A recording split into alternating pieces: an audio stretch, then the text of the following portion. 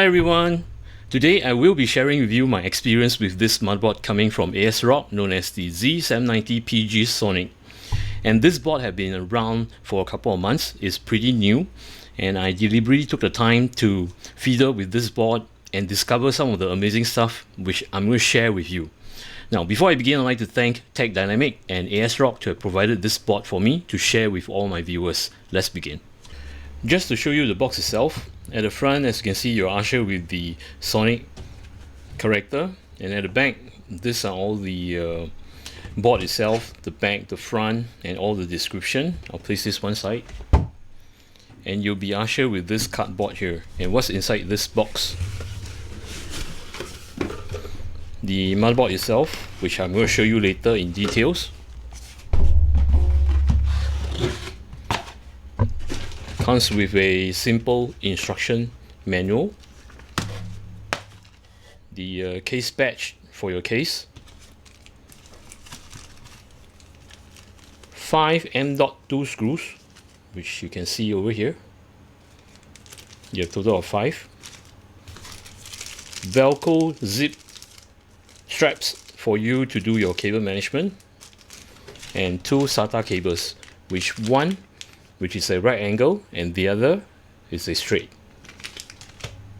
This is how the front looks like, and based on the fact that this is a Z790 board, it's meant for generation 12 and 13 Intel processor.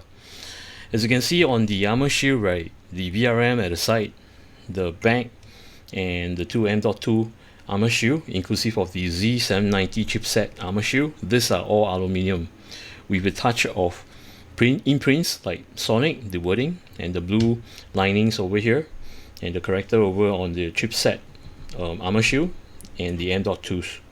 And if I were to flip to the back, you will have a very nice imprint of Sonic, the character itself, on the motherboard with the word Sonic the Hedgehog. Speaking of which, right, at the front, initially I thought that this was a LED, but it was not. It was actually some kind of hologram, whereby if you turn the board itself, right, you can see that the ring is turning.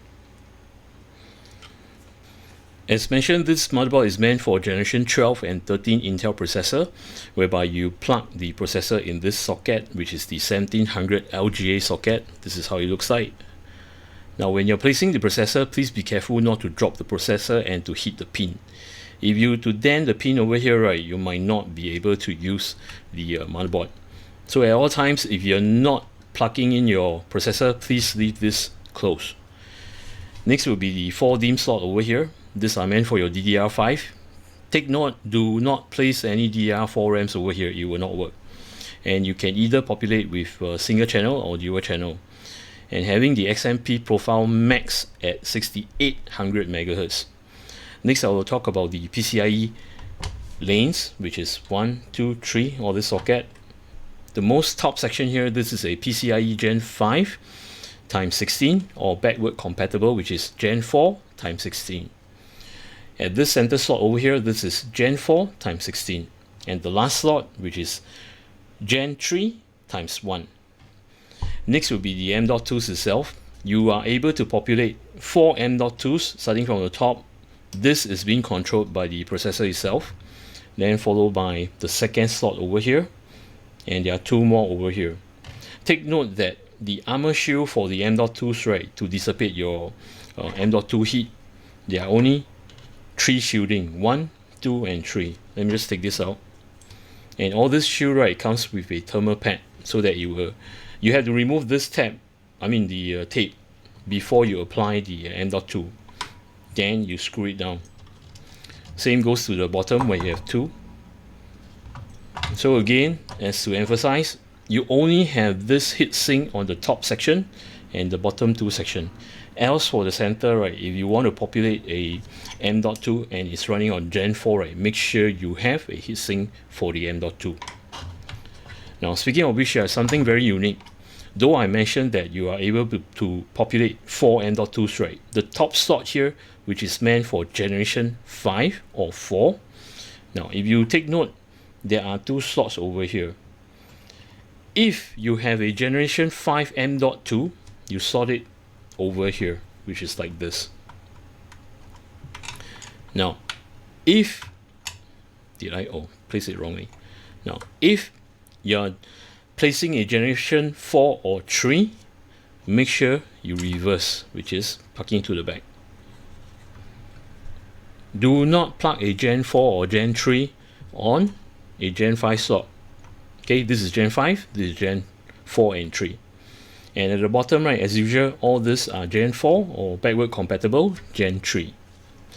Now, if you notice, right, there is a Wi-Fi card over here. Now, this board does not come with a Wi-Fi card. It happened that I was fiddling with this board. That's why I plug in a Wi-Fi card. And there are 2 slots here, empty holes over here for you to pull the antenna from your Wi-Fi card and to fix it over here. Before I talk about the other connectors of this motherboard itself, take note on the armor shield for the M.2, be it the top or the bottom section for this two M.2. The screws on the armor shield, right, this is captive, so you will not lose the screw, which is good. Same apply to the bottom. Now let's start off with the top section over here with the connector points. You will first usher with 2 EPS 8-pin connector, whereby you supply the power to your processor. Now, you will only require to plug 1 unless you are doing LN2 or should I say liquid nitrogen overclocking, then probably you will need more power. So at all times, just supply 1 8-pin will do.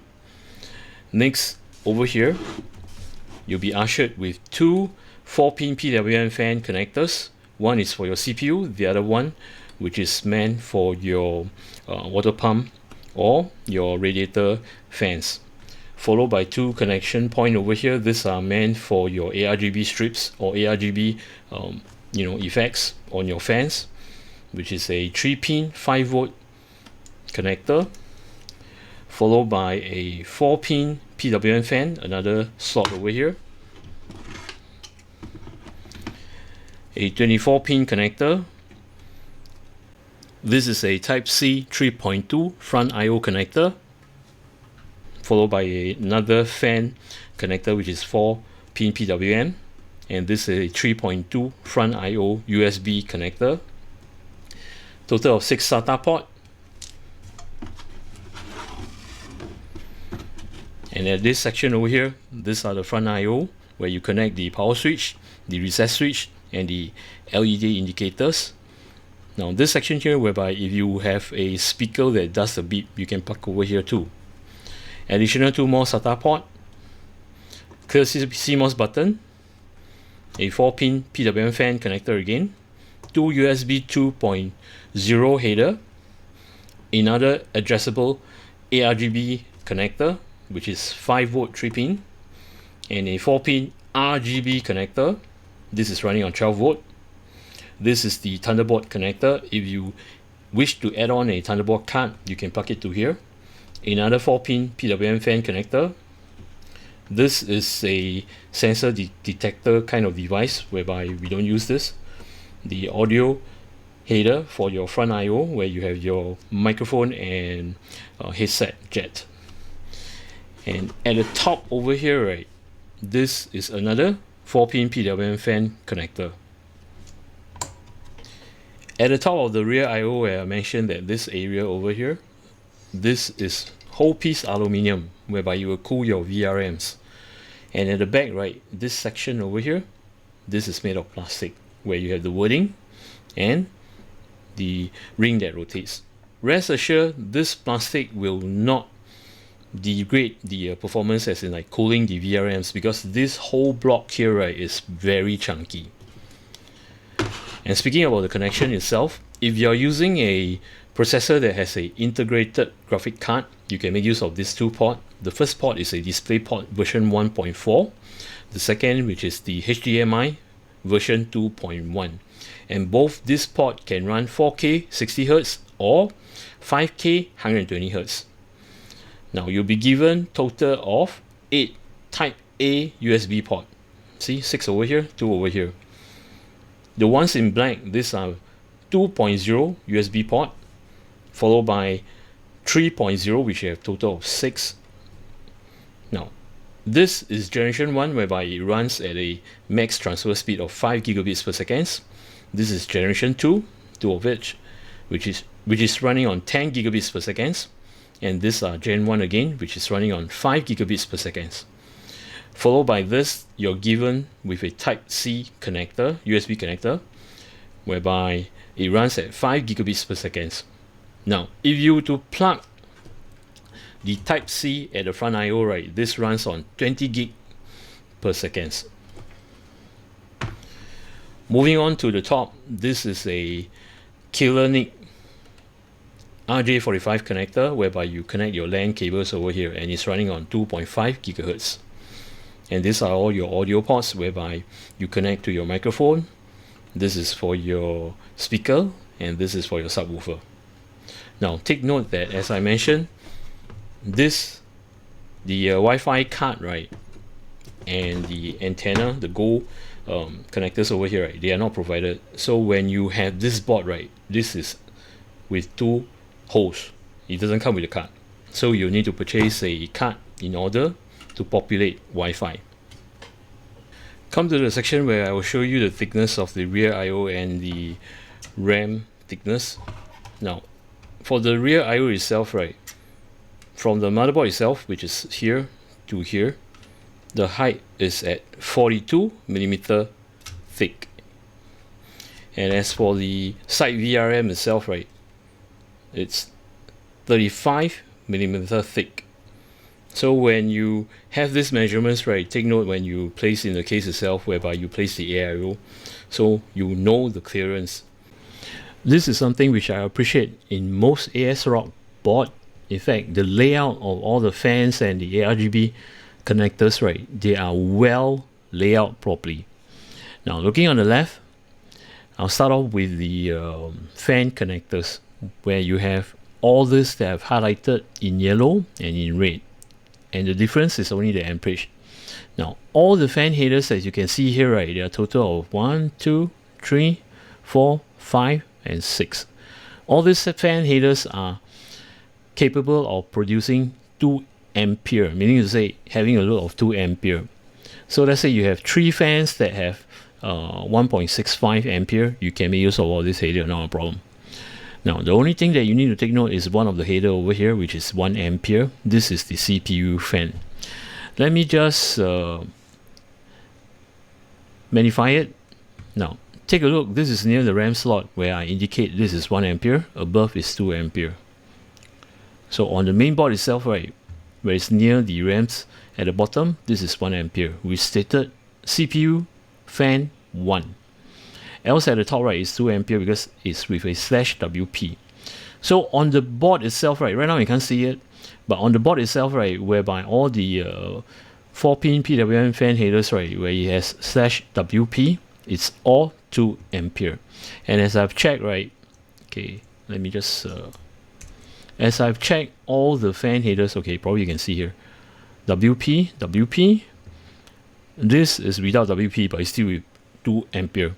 WP and WP /WP. So all this, right, are 2 ampere. And take note again, this is 1 ampere. So make sure that when you total up the fans itself, right, okay, probably I'll start off with the connection of the fans. Now, as you can see this diagram over here, right, you have the radiator fans, you have the front fans, you have the bottom fans, and the rear fan. And take note on the legend, the red line, in fact, are for fan load, which are meant to connect to your PWM, 4-pin PWM connectors on your motherboard. I'll talk about the ARGB later. Now, for the top radiator fans, right, you can plug to CPU fan 1, and make sure that you check on the amperage of each fans. If let's say you daisy chain them together, right, and you total up the load is lesser than 1 ampere, you can connect it over here. If not, connect to the top. Now, for the pump itself, right, you can connect either to water pump or to the CPU fan, which is 1 ampere. But I would advise you that for radiator fans, right, make sure that it's not more than 1 ampere, connect to the CPU fan 1. Then for the AIO pump itself, right, connect to the second connector at the top, which provides 2 ampere current. and make sure on UEFI switch it to water pump, and I'll show you later how I do that. Now for the front fan, see, you can just connect over here, which is quite easy. And for the bottom, right, you have two choices. Right now I've actually selected the front connector over here, or you can orientate to plug to the rear. It depends on how you orientate your fans, because it's at the bottom. It's either your connector, your wires are easy reach at the rear or at the front. So it's either one of this. And the beauty of the rear fan, now take a look at how it's being connected. Most of the motherboards that I've actually tested out, not ASRock, I really dislike the arrangement whereby you have to route your fan connector all the way to the bottom, which is kind of like silly. But for ASRock, right, it's something different, whereby they have done a connector over here. Most of the boards that I've used on ASRock, they have done a connector over here whereby you can tuck your cable. So this is the rear fan. You can tuck your cable nicely and to plug it over here. Now, next thing about the ARGB. I have not highlighted over here, but you can see there are two connectors over here and one connector at the bottom. So having you said this, right, if your fans have ARGB like what you see over here, starting off from the top, you have your pump ARGB and you have your radiator fans ARGB. So what do? Followed by the ARGB line, which is in yellow, there are two connectors over here, the ARGB 5V 3-pin connectors. You can just connect to these headers, the fan to this and the pump to this. And having said this, right, all this ARGB load is 3 ampere each, which is 1, 2 and 3. So as you know that when I connect this to the first header, right, the second header itself, only the pump, I can bridge, as in like daisy chain, the front fan ARGB to your pump and to connect on this header itself together. Not an issue. And as for the bottom fans itself, right, you can again, since it's 3 plus one more fan, I believe is below 3 ampere, which is actually below 3 ampere on ARGB load on this header itself. So you can daisy chain your rear fan together with your bottom fan and to connect to this ARGB. So you see, the ecosystem, or should I say the layout of the board itself, right, is fantastically done. It's like I don't really need to think of how to route the cables. And the beauty of this arrangement, right, your cables tend to be shorter. You don't have to cable manage long cables throughout your case and your board, routing the cables. It is within reach. See, it's so short. Speaking of this, is also short. See, it's all very short path. As the diagram I showed you earlier is not clear, so I'm just going to show you on the board itself. If you can take a look at here, where it says CPU fan 2/WP, this is 2 ampere. And over here is CPU fan 1, this is 1 ampere.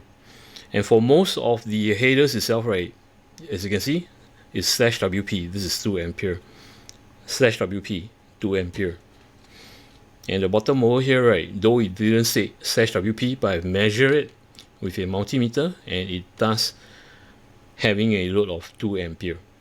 Same goes to the rear over here, which is WP, 2 ampere. And to this, now this wording here is pretty small, you can't really see it, but it's definitely 2 ampere.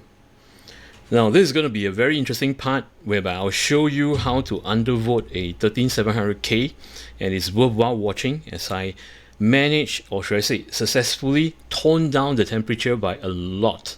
And mind you, in Singapore, my room temperature here is 30 degrees Celsius. So to have that temperature is fantastic. I'm going to show you how. Do note, this is going to be very lengthy.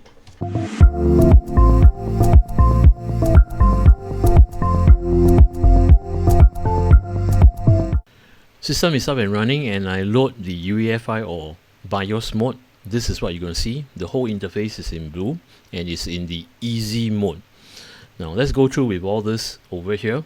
Starting on my left, it tells you that what kind of processor you're plugged in. Now, as mentioned, I have set up this.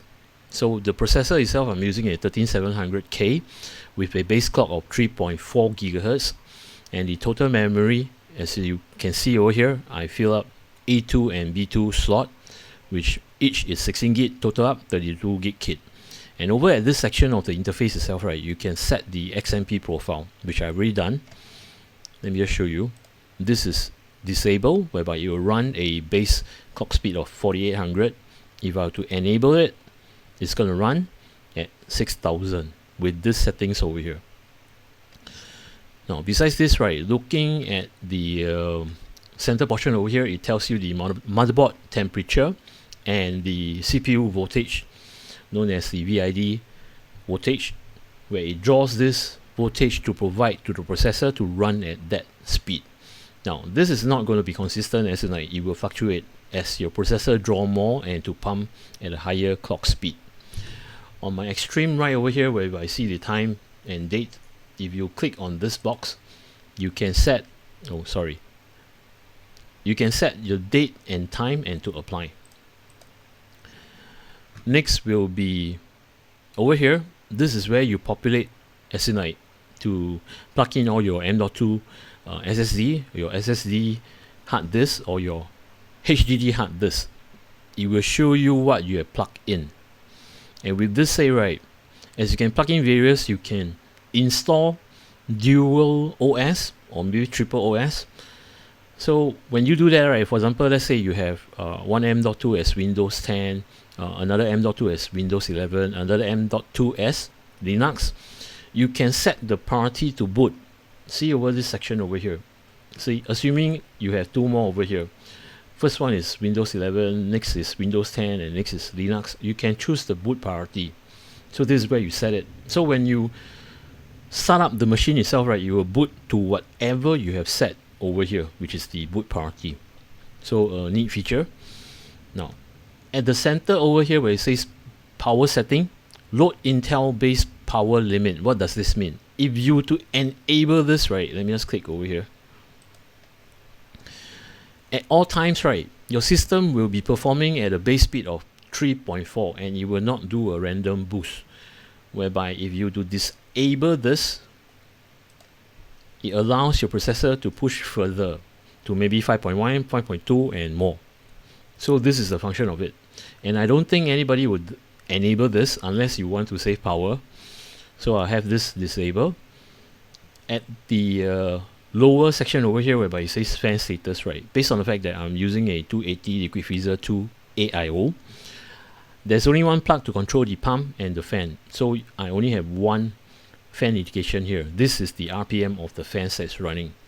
Now, at this section over here where it says CPU cooler type, you can set, in fact, when I plug the whole system, right, when I boot up the UEFI, it auto detect that my cooler is a 280 liquid cooler. Pretty neat. And of course, you can set manually. Okay, I'll start off with the air cooler.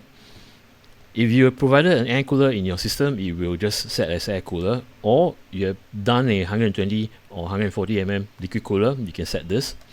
And of course, for me, which is a 280, though it said 240, but this is the category itself. Next will be 3860 to 420. And what this does, depending on the cooling solution that you provide to the system, right, you will push to a higher clock speed. But of course, do not, based on the fact that, you know, you're not, let's say for example, you're having an air cooler and you want it to have a higher clock speed and you're going to set it to, you know, 420. Now, this will work, but you will still limit your processor or even damage your processor. Please do not do this. Go accordingly to whatever cooler that you're providing the system itself. So for me, I'm going to set it to 280, which is this here is a 280 liquid cooler. Having to say this, right, you can manually set all your case fans and such over here, which I'm going to show you later, or you can click on this. Okay, sorry, a bit messy here. You can click on this here, fantastic tuning, whereby imagine that you have populated all your fans, right, on the motherboard itself, which you have all the indication of the RPMs. When you have plugged all your component in your case itself and it's closed and everything, you know, been fixed properly, click on this fantastic tuning. What it does is it determine or calculate the best air cooling that is going to draw into the case and to provide better performance to your processor and your GPU. So when you do this, right, all this will be automatically detect and to provide to your system. But of course, you can choose to set manually, which I'm going to show you later.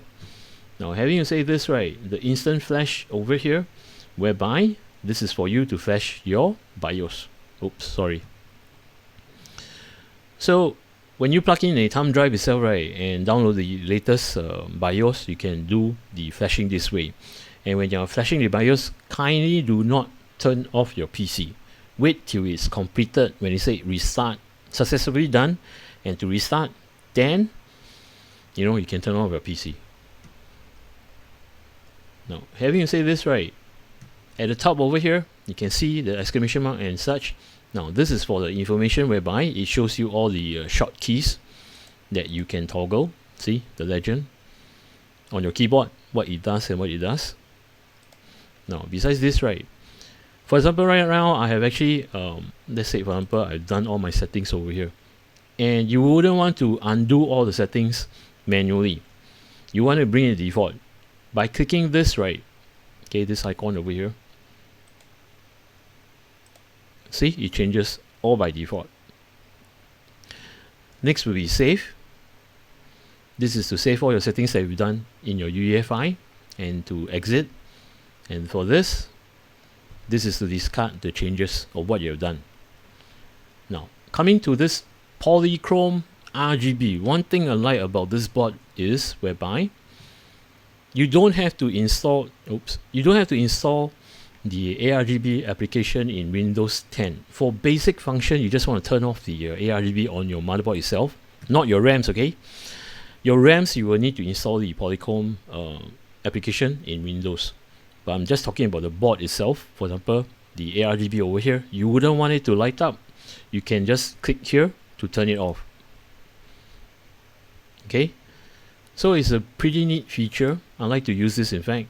And most of the time I've been using this in order to turn it on and off, or to set the effects on the ARGB on the board itself, which I'm going to show you later in the advanced mode.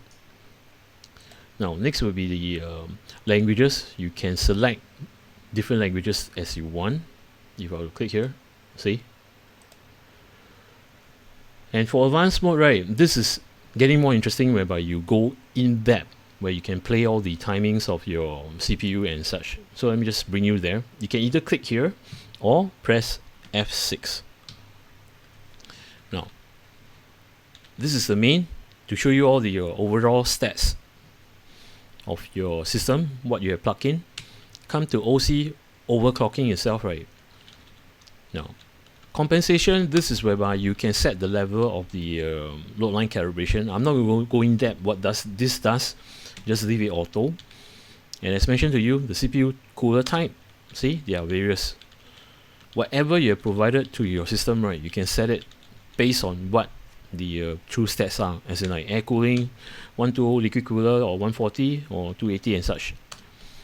And this base frequency boost, right, this is whereby you declare, like it's an auto function, that what kind of voltage you want it to pull when it's doing the random boost. Okay, and do check your processor, as in like 13700 or 3900, what is the max voltage. Don't go overboard, whereby I know that this 13700K, right, is around 243 watt at max boost. So don't go beyond that. I would just set it at 240 or 245. Sorry, 240 or 245. But at all times, to be honest, I won't touch this. I'll just set it to auto. Coming to the CPU configuration, now you can set manually your frequency, I mean the clock frequency of your P cores and E cores. You can do it here, and the ratio of the AVX2 and such. For this, I won't touch. The only thing that I'll touch, which I'm going to explain to you, is the power limits, which is this and this. For now, I'll just set it to auto. Now, next will be DRAM configuration, which is this. This is meant for you to set your XMP profile. And of course, with this, right, you can set the timing, tightening up all the cache latency and such manually if you are overclocker. And of course, the wattage of your RAMs, it can be located over here. All the settings. See? Which I don't touch. I would normally run an XMP profile, which is this, and I'm happy with it. Now, besides this, voltage configuration. This is whereby you can set your vcore for your processor. You can either set it as fixed, you can pump it by how much this is overclocking. Then you can set offset, which is, for me, it's a thing to do whereby I undervolt. I know that my processor can go -100, no problem, which I'm going to show you later. But for now, right, I'll just set it auto. So these are the settings. And for load line calibration, normally I would set at the medium line over here, which is level 3. I mean, it's up to your preference. For this indication over here, right, the closer you get to the bottom section, like level 5 and such, right, that's the lowest. If you go up, right, that's the highest voltage. I mean, the line calibration of your system, I mean, it's of your voltage. So I will set it to I will set it to level 3. But for this demonstration, right, I'll just set it to auto because I need to show you something which I find interesting. Moving on to the next, which is the FIVR. This is where you can set voltages. This is for overclockers. Now, the profile over here, right, you can save the profile or whatever settings that we've done, or you can load the profile if in the event if you to clear the CMOS and such. So we can do this, or you can save the profile in a disk, up to you, which is a USB thumb drive. Now coming to the advanced mode, whereby you have the CPU configuration. This you can enable hyper-threading and such, all the hot states, and controlling the thermal throttle. I have it enabled by default. And of course, it gives you information on the P call and the E call, as you can see over here. Next will be the chipset configuration. This is whereby you will enable this when you use the RTX 3000 series or the 4000 series for the resizing bar, resizing bar. VTD, this is meant if you have virtual machines that is running on your system itself. It's by default enabled. If you do not use that, you can disable, save power. And for the PCI-E link, whereby you can set what other generation. For example, let's say your M.2 in future is generation 5, you can set it to generation 5. For now, I'll just set it auto. In fact, all this set it to auto will do is plug and play. Then the rest of the settings. Now iGPU, which is the integrated graphic card on your board itself. If let's say you have a discrete graphic card, you can disable this. Then the LAN, audio and such, you can enable or disable, not an issue. Now, next will be the storage configuration, where you can do all the settings over here. And one thing good about this setting is whereby if your system is actually up and running and you just want to unplug your SSD and such, right, you can come to this configuration. Make sure you configure over this, whereby let's say for example you have this plug over here, so you can have this enable or disable. But what I'm talking about is the hot swap. Enable this, so when you eject off from Windows itself, right, you can just unplug the SATA cable, not a problem. And this you can declare whether it's a solid state or a rotational drive, the old 3.5 inch drive. Next with the NVMe configuration, it will only show you the status. Intel Thunderbolt. Now, if you do plug in an optional Thunderbolt port in your motherboard itself, you can enable this to make use of the Thunderbolt port. ACPI configuration, well, I'll leave this everything as per normal, but I will enable the PCI-E device power on. This is for wake up on LAN, which you can do it remotely. Let's say for example you're outside and you have Wi-Fi connection and your system, right, is plugged to Ethernet at home. You can just trigger this to set it on. So normally I'll just enable this. USB configuration, well, very straightforward. You can either disable or enable, but most of the time I'll just leave it as it is. Trust computing, this is whereby it shows you all the banks and cert where it is enabled or disabled, which I leave it. Now, the UEFI style, right, as mentioned to you, when you boot up your BIOS, right, you can set either the easy mode, which is this mode, okay, or if you want, you just want it advanced. As for the active page, right, when you boot up, right, which page, like for example, you can see over here, main, OC, advanced and such. So if you were to set this page, active page, right, let's say to overclock, right, when you boot up the system, right, you will have advanced mode. Under the OC Tweaker, it will show you this page. But for now, I'll just set it to main. So this is what it's for. Next will be the tool, whereby I told you that you don't have to install the ARGB application known as Polychrome in Windows. Let me just show you. Now, let me just pull my board over here. As you can see, it's lit up. So if you want to control the basic function of the motherboard ARGB itself, right, you can do it over here. So let's say right now it's actually rainbow. I can set it to stack. Sorry, maybe to static. So if I have to apply, right, see, it goes accordingly. Okay, right now you can't really see it, the colors, because of the angle, but I definitely can set it, not a problem. See, it reacts. Okay, having a look over here. Okay, maybe I should pull this. So looking at this, right, it will react accordingly to your prescription. Then breathing, see, it's breathing and such. So this is one of the neat feature. I'll have it off right now.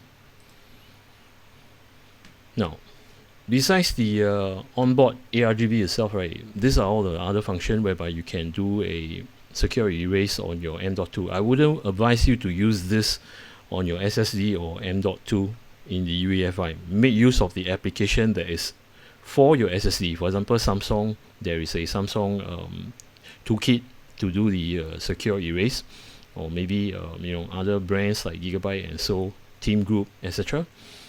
You can make use of that instead of using this, because I've tried this when I did the secure erase on certain M.2, right, the M.2 can't boot. So it's safer for you to do it with the application in Windows rather than to make use of this. Now, sanitization, this is meant for just a clean format, okay, of your M.2 or SSD. This is safe to use, not an issue. Now, besides this, right, auto install driver. Okay, now when I boot to Windows, right, it will prompt you to install the latest driver of this motherboard itself in your Windows. So I'll show you later. Then, okay, let me just get rid of this. Then for fresh drive, install fresh. This is for you to install your BIOS, latest BIOS, into the system itself, into this motherboard. Then this, I wouldn't touch on this because there are overclocking profiles when you do this, so I will not go into this. Now, one thing good about this motherboard, right, whereby if you have some issues, you can use the UEFI Tech services. See, you can type all the information that you wanted, etc. Then upload. Probably you have files to upload, you can upload that on your thumb drive. Then you type the description, then you send, and I'll show you the reply. They are pretty fast in this. This is one of the very good function, I should say, when you have problems when you're doing your settings and such. If you have questions, when you submit this, right, their response rate is very fast. just an illustration. Take a look at the illustration. I have submitted through this method, and look at the time. I've actually done on March 2nd, which is 3 AM, and they have replied my problems as in like helping me to resolve, and it's been resolved within a day. It's pretty fast, which is March 2nd March, same date, and the time is during their operation time. So this is pretty fast. Now besides this, right, why is it so fast when you're submitting things through here is because it extracts the hardware information of your motherboard, as in like what model you are using and the BIOS. As compared to using the website, let me just show you, which is kind of like, wow, lost to feel. This would take up a lot of time. You have to actually submit manually, key in all the stuff, and to submit. Else, this is pretty straightforward. All you need is just to type in your issue, attach the file, submit. And this UEFI interface is alright. As mentioned, it will pull your system hardware and to submit to them. They will just diagnose directly and to get back to you. Hardware monitor, this is whereby you do your fan settings. As you can see over here, right? Now I only have one, as mentioned. The pump and the fan are together. You can set this profile over here as performance. If you do see, right, when I set the performance, right, the fans will go up. See, it's going up. Or if I were to set it full, see, it's going up. I mean, it's going up. Besides this, you can have custom settings whereby the percentage, like let's say for example the temperature is reaching 40 degrees, how much percentage you want your fan to pump. For example, let's say right now I'll set it to 20 and I were to set it to 80. See what happened? Your fan will ramp up. See? Or if you run at probably about 60%, see, it will go down.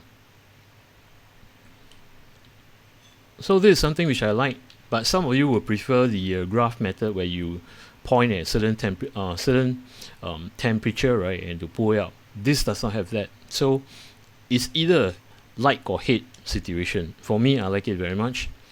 For now, I'll just set it to performance. So you can set all the individual fans, like the CPU fan, the chassis fan. Oh, one thing good about this is that you can set to water pump. When you set the water pump, right, let's say for example you plug this the D5 water pump into this system, right, you can just set it to water pump and you will just run in pool. You don't have to set anything else. Okay, so this is the hardware monitor, and of course it will show you the temperature of your CPU and your motherboard while you're doing it. Security features whereby if you do not want people to touch your UEFI, right, you can set a supervision password, key master password. Don't forget about this, alright? If you forget about this, right, probably you will need to do a hard reset, or should I say clear the CMOS. Now, in the event, let's say you share your system with your siblings and you allow them to log in with their own password, you can set the user password. So you can add additional password so that they can access to the UEFI. Secure boot. Now, this is very important if you are playing Valorant, the game. This is whereby you will enable the secure boot. Okay. Now, trust platform. This is meant for the TPM, so you just leave it as enable. Boot settings. As in, like, you can set the boot priority, as mentioned to you when I show you. Okay, let me just show you. When I show you on the easy mode, right, where you have this boot priority. So under here, right, it's the same. If you have numerous of M.2s with various OS, let's say for example this is Windows 10, Windows 11, next is Windows 11, and next is, you know, Linux. You can you can set the boot priority. Fast boot, disable or leave it as it is. If you want to boot as, you know, if you want to configure as ultra fast, it's up to you. Then all these are the standard application. Now do take note on the CSM itself. By default, this system, right, will be disabled. You can enable it, not a problem. If you are using a legacy USB or PS/2 keyboard and such, you can use this. But at all times, since for the new era, right, I'll just leave it disabled. Now coming to the final one, which is exit, you can save the changes, exit and such, and etc. Or if you want to reset, as mentioned to you, the reset button on the over here, the reset to default, in fact, is this, which is this function. Alright, let me just boot to Windows itself, and to show you, Windows is loaded, and for the very first time when you install the operating system, be it Windows 10 or Windows 11, there will be a prompt for the very first time when you load the machine to home screen on your lower right. As you can see over here, it says Auto Driver Installer. And what this does, well, at the very beginning when you look at the device manager itself, right, you will see a lot of exclamation mark over here. So what ASRock have done, in fact, they have done a pretty job whereby you will prompt you this to install all the necessary drivers. Of course, I've actually installed all the drivers. As you can see, there are no exclamation mark, but go through the motion, just click on yes and agree, and you will automatically download all the drivers that's needed to solve all the exclamation mark on your device manager. So once that's done, right, you can just close this, no more drivers update, and this is only one time. So in the event if you were to shut down your machine and to boot it up again, or to reboot your device, you will not get that prompt because all the drivers are installed, as you can see over here. Next will be a very neat utility where you should get it. Now head down to this ASRock Z790 page, click on support, and at support, right, scroll down and click on download. Download this application known as the ASRock Motherboard utility, which I'm going to show you right now. Now what this feature does is that you can do all your configuration within the software itself instead of going to the UEFI. Now when this is loaded, right, you will be ushered with this, a very nice interface where you have Sonic over here again. Nice, it's blue. Now the operation, you can set it to performance mode, standard mode and power saving, which I will show you in a short while. Let me just load the profile at task manager to let you see the CPU performance. Now at this moment it's running on standard mode, whereby the clock speed, as you can see here, right, it will boost up accordingly where it's needed. Now why do I say this? Let me just run Cinebench. So as you can see, this is standard mode.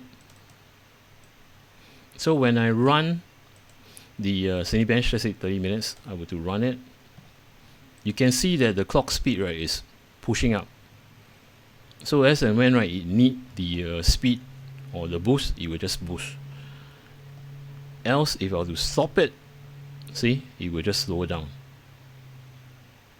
Now for performance mode, if you were to trigger this, okay, and you to run, now take a look, it will just boost as per normal.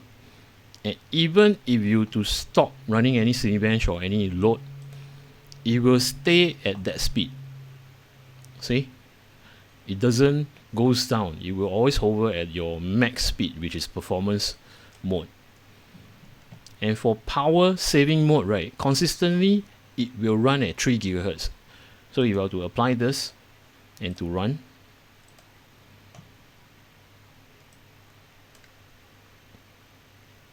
see, it's running at 3 gig. It will not go beyond that. This is to save power and the power drawn. So this is one of the neat feature whereby you can do it at one click. Now besides this, right, while it's running, as you can see, right, I can toggle to, if I were to toggle standard, see, it pumps. If I go back to power saving, see, it drops. So this is one of the neat features. Besides this, now I'm just going to stop this. You can set your fan curve over here. You can either do it in a UEFI, whereby I show you can actually custom, or you can select over here to run individually. Let's say you have fans plugged to the motherboard, you can do the graph over here.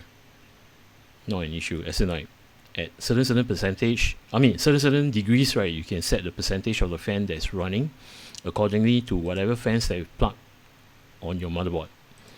And of course, you can make use of this fantastic tuning where you say start fan test. This will detect to optimize all the airflow and the cooling solution to your liquid cooler or air cooler in your case, and you don't have to touch it. You will just, you know, run it.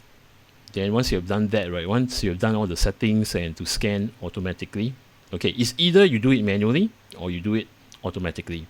So once you have done all the settings, you can just apply. And to apply when start, you can just tick on here.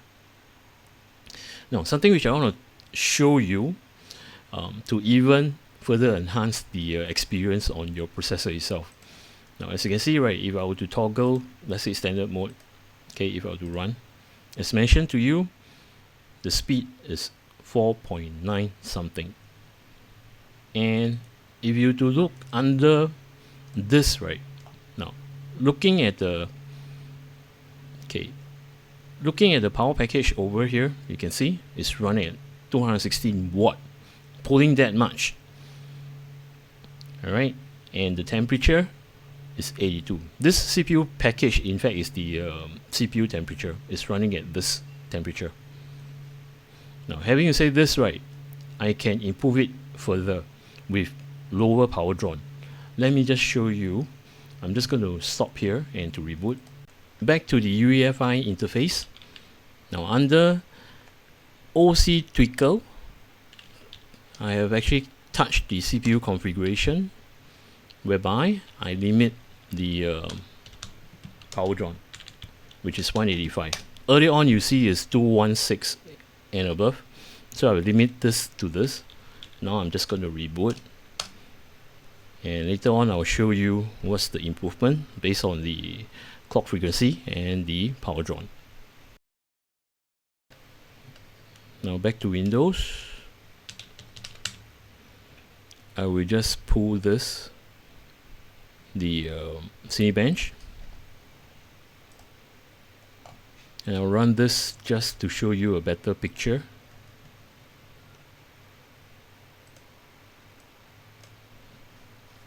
Now, as you can see here, right, all this are pulled out from the hardware info, which you will see over here.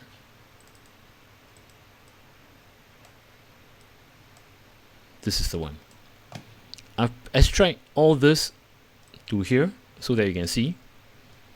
Now, take note, as mentioned, I've limited the power to 185 instead of having the system to pull automatically to 200 watts and above. And if I were to run this, right, for 30 minutes, okay, I'm not going to run full, but just to show you. Earlier on, when I was actually running it, it was hovering at 4.9, but right now I'm able to sustain it 4.92 and around 5 gig. And the temperature, instead of 80, it drops to 73. In fact, if I were to let this run, right, it will go max to 75 and not more. And the power drawn, as you can witness over here, is 185, as I've limited over here. So this is one of the improvements that I've actually done. Now, to further enhance it even further, okay, you can do the offset, which I'm going to show you right now. Just going to reboot the system. Again, going to shut this and to reboot.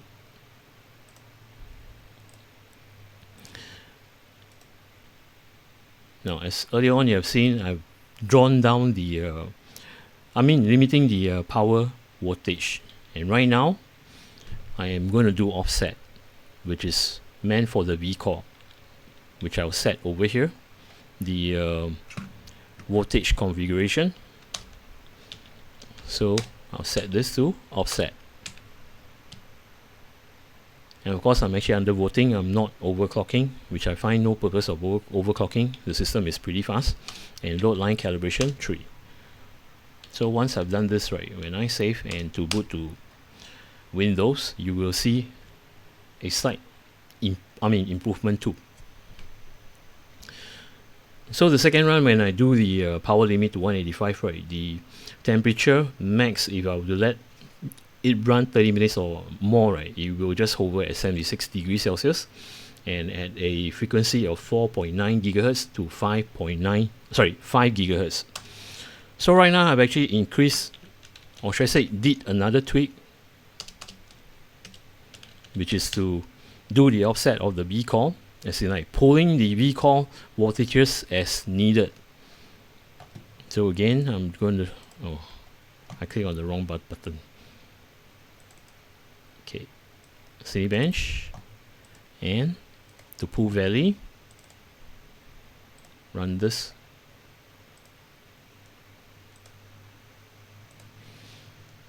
Okay, having to say this, right, now I am just going to run the Cinebench itself, as right now it's actually loading.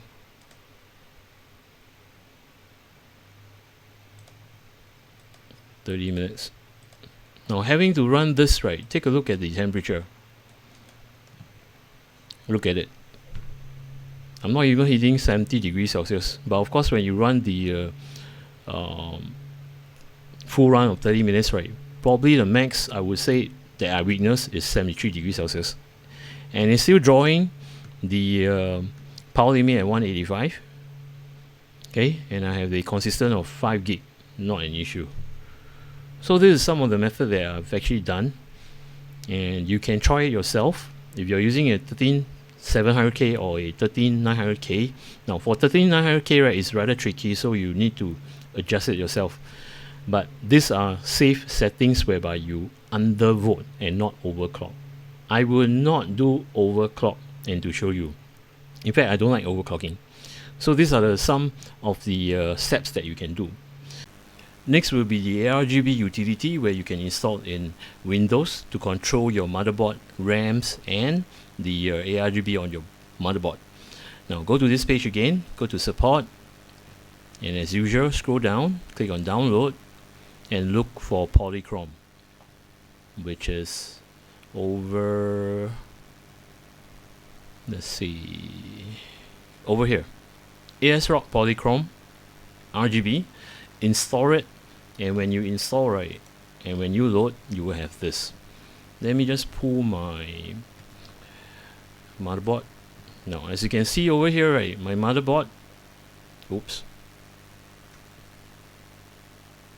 okay, as you can see, right, my motherboard, you have your RAMs and the ARGB on the motherboard itself.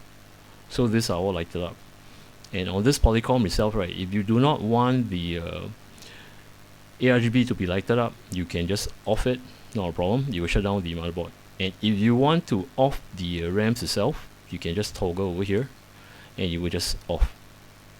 Want it back, just toggle it back on, and to set it back, see?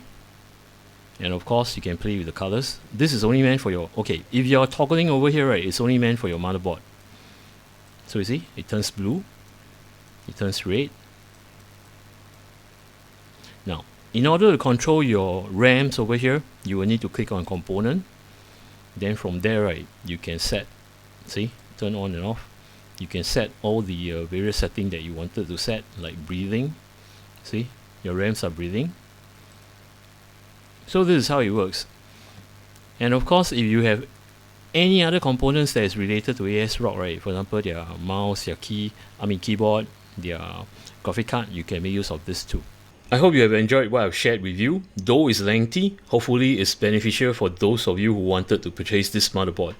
With this said, I'd like to thank Tech Dynamic and to ASRock to provide this Z790 PG Sonic motherboard for me to play with and to share with you. With this said, right, I will be changing my old rig to this system. As you can see, I purchased some custom cables from CableMod to match the theme of this motherboard itself. That will be on the next video. And for those of you who are actually new to my channel, if you like my channel, do remember to subscribe and to click on the notification bell button. Till then, take care, goodbye, see ya.